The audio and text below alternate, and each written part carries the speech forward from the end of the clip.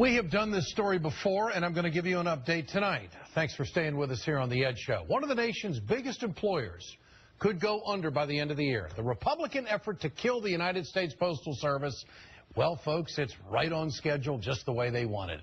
We promised to follow this story and this issue, and today we got some more bad news. The Postal Service lost a record $16 billion last fiscal year. That's about $42 million per day. But remember, the Postal Service was set up to lose money. Here's how. In 2006, Republicans passed a law in the lame duck session of the Congress to drive the Postal Service out of business. That's the only conclusion you can come to. They created a no-win situation. The post office was making money. Then Republicans came along and created an economic burden no other agency or private company has had to bear in the history of this country. That says a lot, doesn't it? The Republicans forced the post office to contribute $5.5 billion to the retirement and health care fund every year. The fund extends, 40 years into the future. Some of the retirees haven't even been hired yet. The United States Postal Service doesn't cost you a dime. That's right. It doesn't cost you a dime. It gets zero federal tax dollars. Congressman Darrell Issa, he lives in a different world. He's the leading Republican in charge to end Saturday mail delivery and cut jobs. I think the American people look at the post office as something they don't use very much, but would like to have it still around. Really? They don't use it very much. Darrell Issa acts like the Postal Service is just a luxury and always has been. Americans depend on the Postal Service to deliver things like medicine and absentee ballots, FedEx and UPS. They couldn't get into some of these neighborhoods hit hard by Hurricane Sandy. U.S. letter carriers delivered. But Republicans think the Postal Service should do even more. Like any business, UPS, FedEx, the post office, it can live within its means if it makes appropriate changes.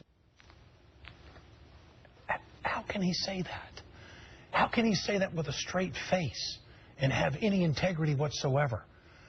The post office is already required to live within its means, pays for itself. I challenge the from California to name any other business that could stay open under this business model enforced by the Republicans. The Postal Service has cut costs by $15 billion since 2006, trying to keep up with these regulations that were imposed on it by a Republican lame duck session of the Congress. We've lost almost 170,000 jobs in the process, and a lot more are coming. We need Congress to get the Postal Service a much better deal. So far, the only related legislation that I'm aware of on the docket are 4 bills asking to name post offices after famous people. Let's bring in Congressman Gerald Connolly of Virginia tonight. Congressman, good to have you with us. Great to be back with you, Ed. This story bothers me because this is the government getting in the way of an operation that was successful. Why did the lame duck session of the Congress do this in 2006? You know, I think Republicans really don't like the post office because it's very big, it's quasi-governmental, and it's unionized. And what's ironic about their opposition and their determination to engineer it to fail, as you said, is that it is the only service to be provided to the American people mandated in the Constitution of the United States, which they say they believe in. You can look it up in Article 1, Section 8. The post office is right there in the Constitution of the United States. And I think we have a sacred obligation to make it work and to create a new business model. They're resisting that because they want it to fail.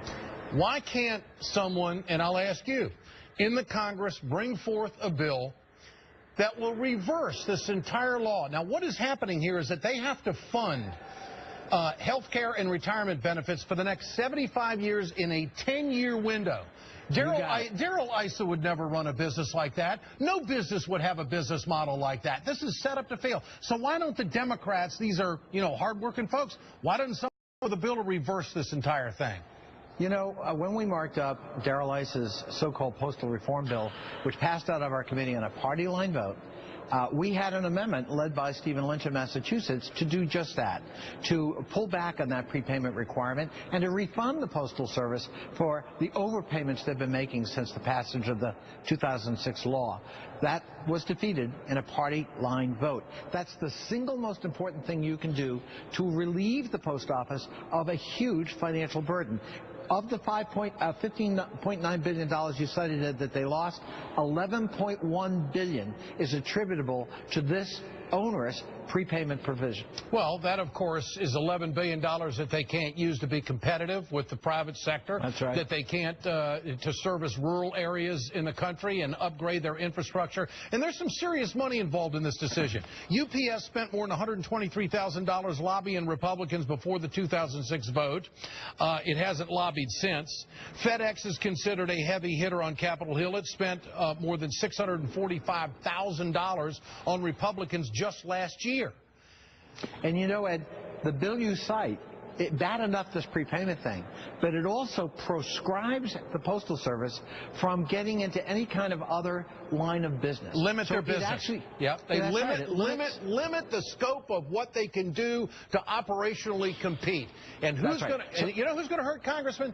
And you know this, I know this. Tell our audience, it's small businesses in rural America that are going to get nailed on this. We need to create a new business model, but the 2006 legislation won't let us do it. They're doing it in Europe and making a profit. Congressman Gerald Connolly, thanks for sticking up for the workers. It's the right thing to do. There is a moral component to this.